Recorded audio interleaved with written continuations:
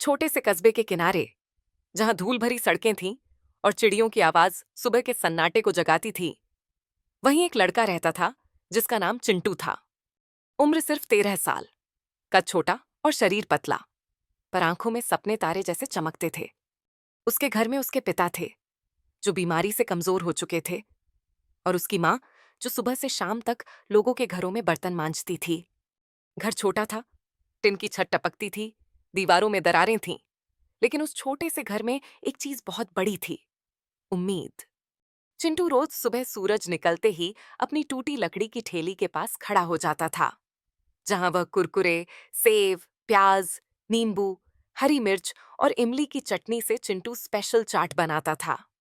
लोग कहते थे उसकी चटनी में कोई जादू है, लेकिन जादू चटनी में नहीं, उसकी मुस्कान में था। जो भी ग्राहक आता, वो सिर्फ खाना नहीं खाता, बल्कि थोड़ा सा अच्छा महसूस करके लौटता। गरीब लोग उसे प्यार देते, बच्चे उसे भाई कहते, और बुजुर्ग उसे आशीर्वाद देते।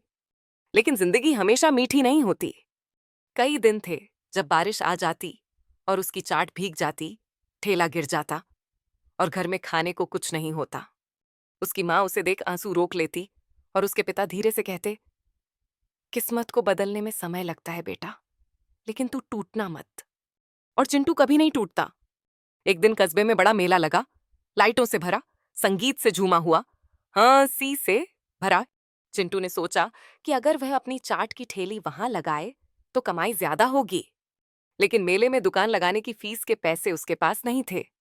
उसने अपने पिता की दवाई के लिए रखे हुए पैसे देखे। उसका दिल कांप गया। माँ बोली, ये पैसा दवाई का है।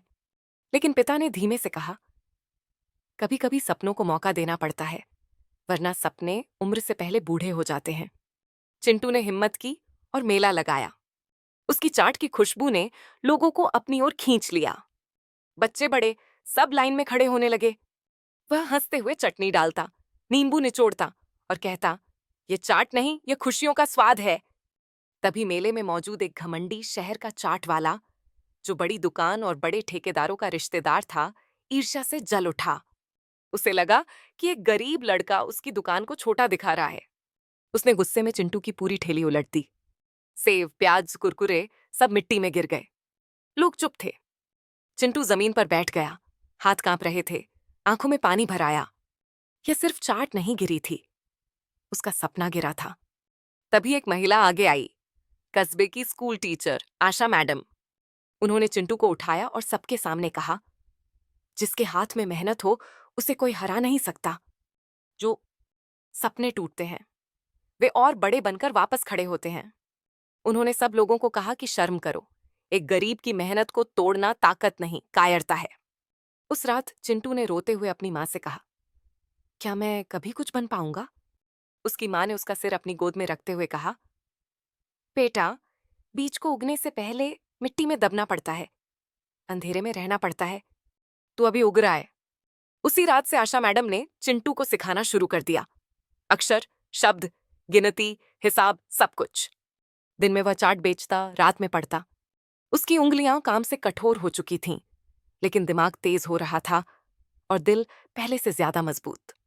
धीरे धीरे उसकी चाट मशहूर होने लगी।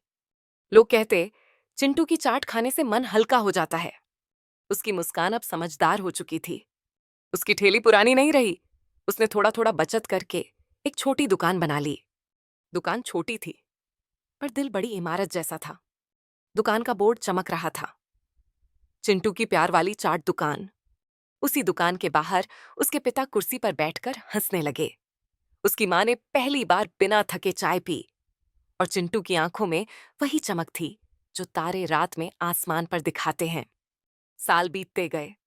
उसने पढ़ाई जारी रखी, कॉलेज गया, और एक दिन उसने शहर में अपना बड़ा रेस्टोरेंट खोल लिया।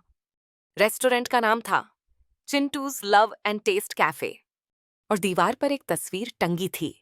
एक छोटा लड़का, हाथ में चटनी का कटोरा, मुस्कुराता हुआ, और उसके नीचे लिखा था, गरीबी हार नहीं है, हार तो उम्मीद छोड़ना है।